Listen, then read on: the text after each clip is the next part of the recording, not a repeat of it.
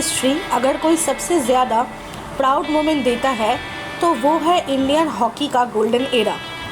और इस golden era की सबसे चमकते सितारे द मेजर ध्यानचंद। उन्हें दुनिया का विज़र्ड ऑफ द हॉकी के नाम से जानी जाती है। एक ऐसा प्लेयर जिन्होंने सिर्फ हॉकी का गेम नहीं खेली बल्कि इसे एक आर्ट बना दिया। 1920s से 1930s में जब दुनिया हॉकी को एक सिंपल खेल समझती थी, तब ध्यानचंद ने हॉकी को एक मैजिक शो बना दिया। उनकी स्टिक से निकले हुए स्पोर्ट्स ओपोनेंट्स को दिखते ही नहीं थे। उनके ड्रिबल्स ऐसे लगते जैसे बॉल उनकी स्टिक से चिपकी हो। एडोल्फ हिटलर ने उनका मैच देखकर उन्हें जर्मनी के लिए खेलने का ऑफर दिया, पर ध्यानचंद ने कहा, मैं सिर्फ अपने देश के लिए खेलता हूँ। ये एक ऐसे लेजेंड की कहानी है जिन्होंने हॉकी को दुनिया के मैप पर इंडिया के नाम से लिख दिया। ध्यान सिंह का जन्म 29 अगस्त 1905 को इलाहाबाद पर हुआ था, उत्तर प्रदेश में हुआ।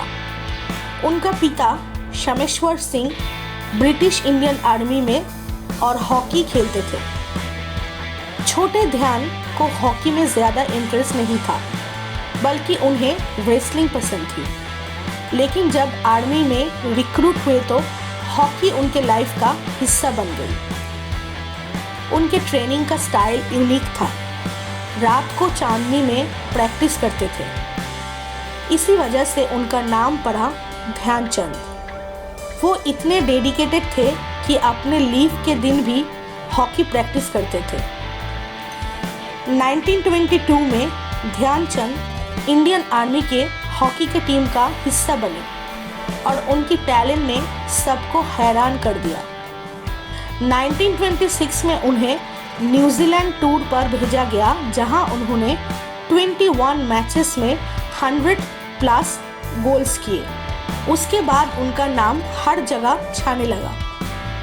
1928 के एम्स्टर्डम ओलंपिक्स में इंडिया ने पहली बार गोल्ड मेडल जीता और ध्यानचंद ने टूर्नामेंट में 14 गोल्स किए। उनकी स्पीड, बॉल कंट्रोल और फिनिशिंग देखकर क्राउड उन्हें द विज़र्ड कहकर बुलाना शुरू किया। 1932 के लॉस एंजलिस ओलंपिक में इंडिया ने फिर गोल्ड जीता। इस पर ध्यानचंद ने 12 गोल्स किए। 1936 के बर्लिन ओलंपिक्स के मैच उनकी लाइफ का टर्निंग पॉइंट था। फाइनल में जर्मनी के अगेंस्ट उन्होंने इकलौते मैच में 6 गोल्स किए और इंडिया 8-1 से जीती। हिटलर खुद उनके गेम से इम्प्रेस हुए और उन्हें जर्मन आर्मी में हाई रैंक और जर्मन सिटीजनशिप देने का ऑफर दिया, लेकिन ध्यानचंद ने माना कर दिया। ध्यानचंद का स्टाइल सिंपल पर इम्पॉसिबल था। वो ड्रिबल करते हुए बॉल को ऐसे कंट्रोल करते हैं कि लगता है बॉल स्टिक से चिपकी है।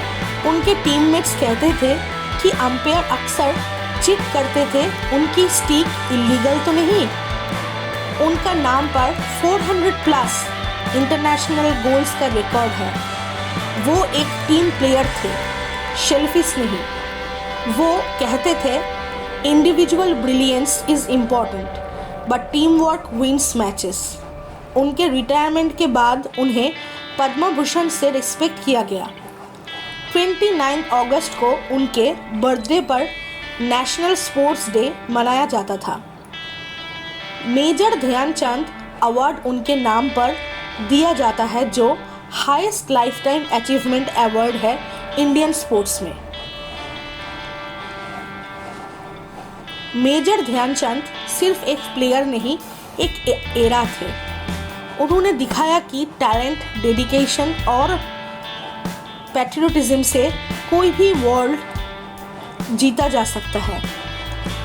आज भी जब कोई Indian hockey player gold medal जीतने का सपना देखता है तो ध्यानचंद की कहानी उसके लिए इंस्पिरेशन बन जाती है। मेजर ध्यानचंद की कहानी हमें ये सिखाती है कि अपनी पैशन को डेडिकेशन के साथ परस्यू करो और देश के लिए कुछ करना सबसे बड़ा सम्मान है। मेजर ध्यानचंद सिर्फ एक हॉकी प्लेयर नहीं थे, बल्कि एक मिसाल थे कि डेडिकेशन और पैशन से इम्पॉसिबल भी पॉसिबल बन सकता है। उनका खेल आज भी वर्ल्ड हॉकी के लिए एक बेंचमार्क है। उन्होंने अपनी स्किल, डिसिप्लिन और पैट्रियटिज्म से ना सिर्फ मैचेस जीते, बल्कि पूरे देश का प्राइड भी बनाए। छोटे से गली से लेकर ओलंपिक्स के स्टेडियम तक का उनका सफ़र हमें सिखाता है कि फाइनेंशियल कंस्ट्रेंट्स या लैक ऑफ फैसिलिटीज़ कभी टैलेंट को रोक नहीं सकते।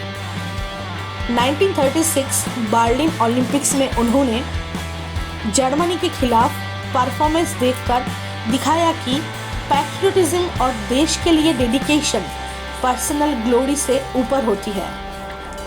उनका इम्पैक्ट सिर्फ मैचेस तक नहीं था। मॉडर्न इंडियन हॉकी प्लेयर्स जैसे सरदार सिंह, मनप्रीत सिंह और रानी रामपाल उनसे इंस्पिरेशन लेते थे। उनकी टेक्निक्स, टीम वर्क और इनोवेटिव गेम प्ले आज भी कोचिंग और प्रैक्टिस में पढ़ाई जाती है। ध्यानचंद की लेगेसी हमेशा याद रहेगी। हर यंग एथलीट के लिए ये कहानी मोटिवेशन का सोर्स है।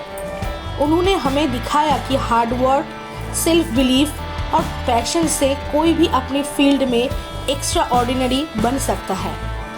हर गोल और ड्रिबल उनके देश के लिए एक ट्रिब्यूट था और आज भी इंडियन हॉकी फैंस उन्हें सैल्यूट करते हैं। अगर आपको ये कहानी पसंद आई हो तो वीडियो को लाइक करें, चैनल को सब्सक्राइब करें और कमेंट में लिखिए कि आपको कौन से इंडियन स्पोर्ट्स लेजेंड की कहानी सुननी है।